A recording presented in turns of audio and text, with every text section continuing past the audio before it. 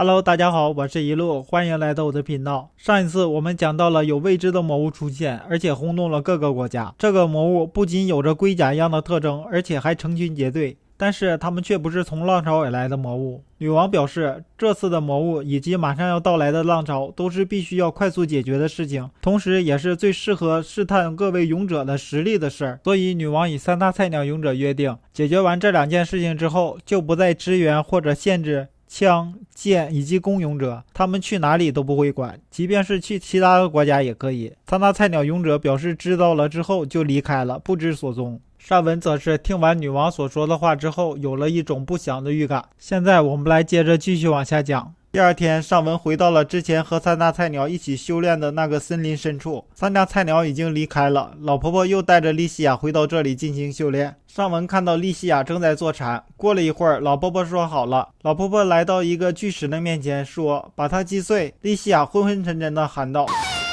老婆婆说来吧，回想一下你刚刚冥想时体内气的流动，戳吧。莉西亚喊道。嘿，嘎巴一下子，莉西亚的手指挖了过去，看着都很疼。老婆婆说不行啊，你完全没有把气用上去。回想起来你之前捏碎石头的感觉，你已经成功过一次了，好好回想一下那时候的感觉，再来一次。莉西亚捂着自己的手指说。此时上文说道，老婆婆，莉西亚交给你一个人，真是辛苦你了。老婆婆笑着说，吼吼吼，没什么。上文说这是我新做的药水，草药商说这是精气水，我喝了之后什么作用都没有，不过从名字上来看可能对你们有所帮助。上文把一瓶药水加热之后递给莉西亚，莉西亚接过来就喝了下去，随后表现出来一副很享受的样子，说道好好喝呀。就在这个时候，老婆婆看到莉西亚的样子，也抢了一瓶喝了下去。上文喊道，我还没加热呢。老婆婆咕嘟咕嘟已经喝完了。喝完了之后，老婆婆冲到莉西亚面前喊道，对，就是这个，赶紧记住这个味道的感觉，快去击碎那个石头。莉西亚说。老婆婆又喊道，快点去击碎它。莉西亚闭着眼睛，嘿，啪嚓，石头上出现了小小的菌类。莉西亚说道，好像感觉到有那么一点点的气在体内里面流动，但是现在没了。老婆婆说，这个药水产生的气是让你感觉到自己体内的气留不住，是很正常的，就像治疗药水一样，你喝完了就没了，只是辅助你受伤的地方进行快速恢复，不会提高你的自身治愈能力，你必须学会如何使用自身上的气，快点练习。神鸟大人，你的药呢？就这样，莉西亚被老婆婆抓着一起修炼了3天，已有的精气药水都被喝光了。上文正在准备新的精气药水时，女王派人来找上文他们，说道三大菜鸟勇者一直没有消息，想让上文他们帮忙去调查魔物，顺带查询一下子三大菜鸟勇者跑去哪里了。受到女王的委托，上文一行人准备出发。上文一行人先来到武器店，武器店老爹说，听说你们暂停训练要去调查魔物了。上文问老爹，之前拜托你的装备改良的怎么样了？老爹说，放心吧，看。老爹拿出来拉夫塔利亚的剑，菲洛的爪，说道，不错吧，完全的升级版。上文看了看，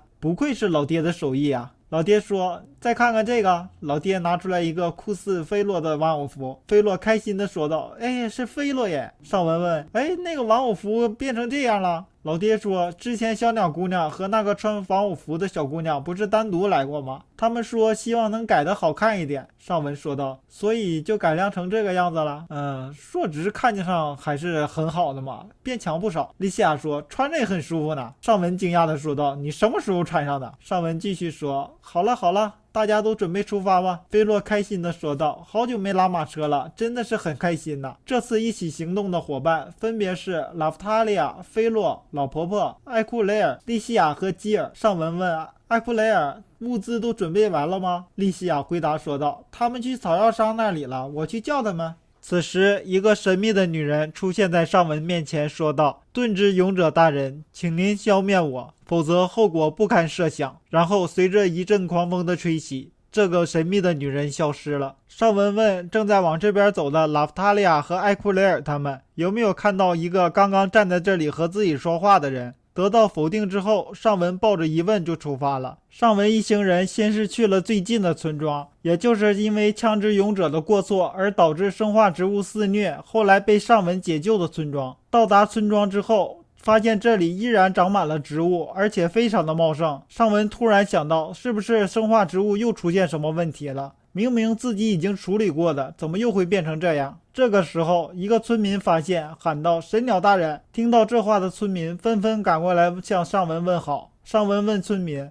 这到底是怎么了？怎么又会变成这样了？村民们说，这都是托神鸟大人的福，解决了饥荒的问题，这些都是村民们自己种的，这才让上文松了一口气。村民们反映，最近也经常有魔物出现，并且他们已经上报了给了国家，国家通知了冒险者工会之后，经常有很多的冒险者来这里帮忙。这个时候，村民拿出来一个冒险者帮忙击杀的魔物，那是一个蝙蝠型的魔物，和普通的蝙蝠型魔物不同，它身上也有着龟甲一样的特征。上文将它放进自己的盾牌进行吸收，使魔盾牌蝙蝠已经被解放。上文喊道：基尔，你负责留在这里守护，其他人分成2组，分别去调查。上文与菲洛组成了一组，菲罗一边走一边吃。突然，菲罗四处的张望，怎么了？菲洛说：我刚刚好像看到了那个拿着镰刀的哥哥和半透明还有闪闪发亮的姐姐。上文心想，符合这些条件的，在菲洛知道的人物里面，只有拉库尔、提利斯还有格拉斯。难道那些家伙又来到这个世界了吗？他们到底是怎么做到的？总之，如果是真的话，必须要尽快解决。上文跟着菲洛寻找他们的足迹。菲洛说：看，在那里呢。上文隔着丛林远远地看了一眼，不一样呢。红色的头发梳着双马尾辫，而且穿着也不是和服，是轻甲。虽然说身材和格拉斯差不多，但是还是不一样。菲洛，你认错人了。菲洛歪着脑袋，疑惑地觉得好奇怪呀。上文与菲洛继续进行调查，发现一具魔物的尸体，上面布满了抓痕。上文看一下周围，树上的果实并没有减少或者被吃掉的痕迹，所以上文得出的结论并不是因为争抢食物而引起的。这个时候，女王的引部队出现在上文的面前，请他返回王宫一下，共同分析一下曾经出现大批量魔物的几个地方的共同点。上文让引部队先行回去，还有告诉女王，曾经有一个人对自己说，请打倒我，这种莫名其妙的话，要引部队告诉女王这件事，自己调查完这里之后即刻返回。就在这时，村里传来了惊叫声，大批量的使魔蝙蝠袭击了村子。上文和菲洛立刻赶了回去，抵达的时候，魔物们已经被吉尔和村里的冒险者们悉数消灭。不过吉尔急于表现，独自去击杀落单的魔物，而导致自己受伤。上文让菲洛进行警戒，自己则去给吉尔疗伤。这个时候，负责警戒的菲洛大喊：主人，快来看呐，那个魔物的尸体在动。上文说道：活的不说，死的也要变成丧尸吗？菲洛又喊：主人，那边又有新的魔物。上文说道：接二连三的，能不能休息一会儿？只见一个背着龟壳的魔物挥着拳头跑了过来，比起蝙蝠魔物，它更强大，名字叫雪男怪，它是从已经死去的魔物尸体里面孵化出来的升级版魔物。上文心想，这个是和生化植物一样的寄生，被击杀的魔物依然可以当做魔物的培养槽，培养新的魔物。这个时候，上文突然想到了基尔受的伤，立刻跑去查看基尔的伤，果然被击生了。上文对基尔进行了相应的治疗，并且告诉其他所有受伤的人，立即查看自己所受伤的位置，看看有没有寄生的情况。如果要是有寄生的情况，一定要进行相应的治疗。上文告诉大家，这个魔物有着寄生能力，让村民们立刻将所有魔物的尸体进行焚烧处理。莉西亚说，他好像知道这个是什么，以前在图书馆看到过，但是现在想不起来了，需要回去好好查一查。上文告诉莉西亚，如果要是想起来了，或者是查到什么了，一定要第一时间告诉他。上文一行人返回了王宫，莉西亚立刻跑去图书馆查资料，吉尔则被带去进一步进行治疗。上文把他所知道的、见到的全部都告诉给了女王。不知所踪的3大菜鸟勇者也陆陆续续返回，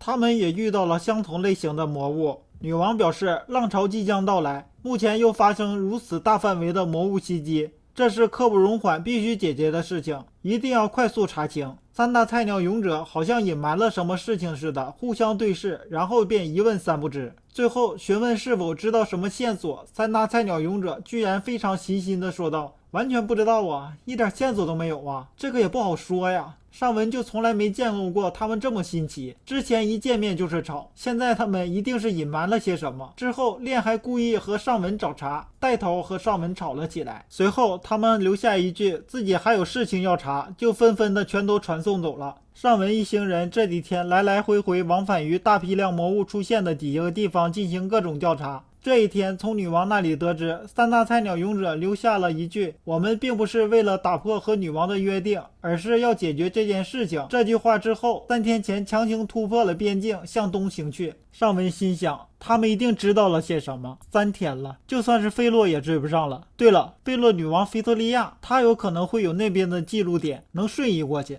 这次一定要找到三大菜鸟，问清楚他们到底隐瞒了些什么。尚文立刻通过菲洛头上的呆毛联系上了菲托利亚，但是得到的答案是他很想帮忙，但是他也没有什么办法。那边不是他的管辖范围，更加没有那边的记录点。而且菲托利亚还说，四勇者的关系已经恶化到这种地步了，那就放弃吧。早晚四勇者都要面对保护世界还是保护生命的选择。如果选择保护世界，那么就会失去大部分的生命。顺利的话，浪潮就不会再出现了。如果选择保护生命，虽然是一条布满荆棘的路，但是却能大大减少生命的牺牲。浪潮一样不会再出现。现在三大菜鸟勇者已经做出了保护生命的选择。菲托利亚又说，尚文，你比菲托利亚更加知道他们的性格与他们的实力，不是吗？最终他们只会在自己选择的布满荆棘的道路上失去生命。记得我说过的话吗？对抗浪潮，四勇者缺一不可，所以